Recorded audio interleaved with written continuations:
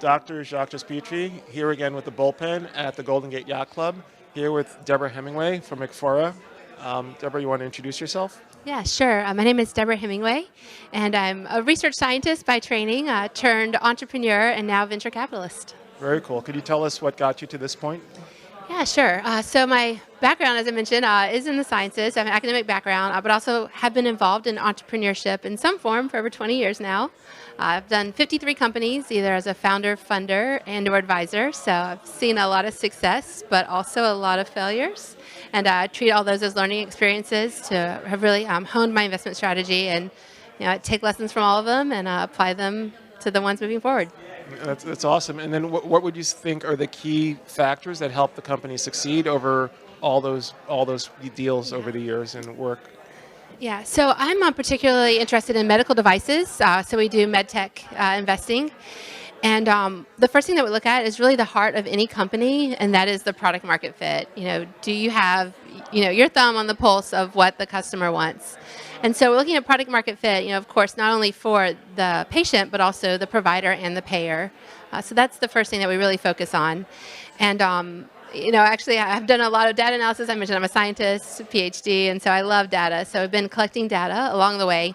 And what we see is for the companies that start really early, if they have a core understanding of these four key issues that we look at, then we see them make it to Series A. So far that's worked. Eventually the model will break down.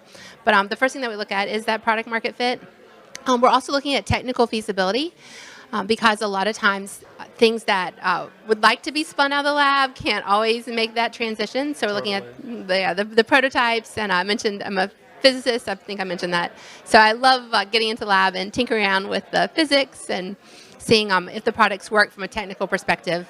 And if they don't yet work, what is the underlying science behind it, and is that sound? And what barriers need to be overcome to get to a working prototype? So I mentioned product market fit, technical feasibility. We also pay attention to the patent portfolio of the companies, not only their current patents, but what does the patent landscape look like? And is the company able to grow? And what's their offensive strategy? And not offensive in that we don't expect early stages to go after other patents, but how can you expand your patent portfolio, either by your own developmental work or by licensing or partnering with other startups?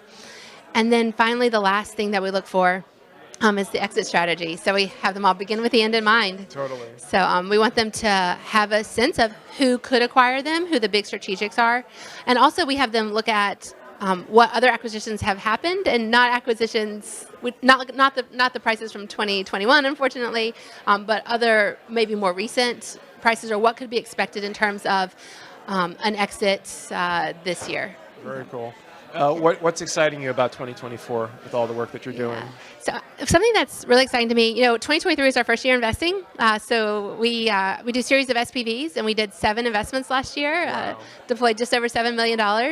And That's amazing. yeah, I'm really excited with that because there's a lot in Maryland. Sometimes Maryland can be overlooked in the startup scene, but I'm telling you, Maryland is an up and coming player. So y'all heard it here. Be on the lookout for Maryland. So Maryland is rising, and I'm just really thrilled to be a part of it. And I'm so excited for all the new innovation coming out of Maryland. So locally, not macroeconomically, but microeconomically, I'm really excited to really see Maryland grow and see all these startups coming in and seeing more VC funding coming into Maryland. That's what I'm excited about. And what can the Bullpen and the Bullpen community do to help support you in the efforts and your goals? Oh, thank you so much for asking that.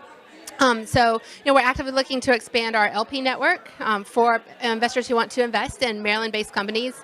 And Maryland has some really compelling companies, but also programs. We participate with the state credit program that gives our investors 50% of their investment back. Wow. So that's awesome to offset the downside risk. Yeah, but with the tax credit program, the companies are locked into staying in Maryland for 3 years. So we trying to keep them in our state, because there is a draw, of course, to come out here or go up to some of the other existing hubs. So keeping our companies in Maryland. with the tax credit program. I mentioned offsetting downside risk for investors, so LPs. I'm also looking to expand my own network with other VCs, larger VCs that I can pass my portfolio companies off to. So I'd love to be a pipeline company for some larger VCs that can continue to support our fantastic startups in Maryland while also leaving the startups in Maryland. So we want our startup companies to stay around a little bit longer in the state. That's awesome. If you want to learn more about Deborah Hemingway and the work that she's doing, you can go to bullpen.ventures, and the links in the bio will be there.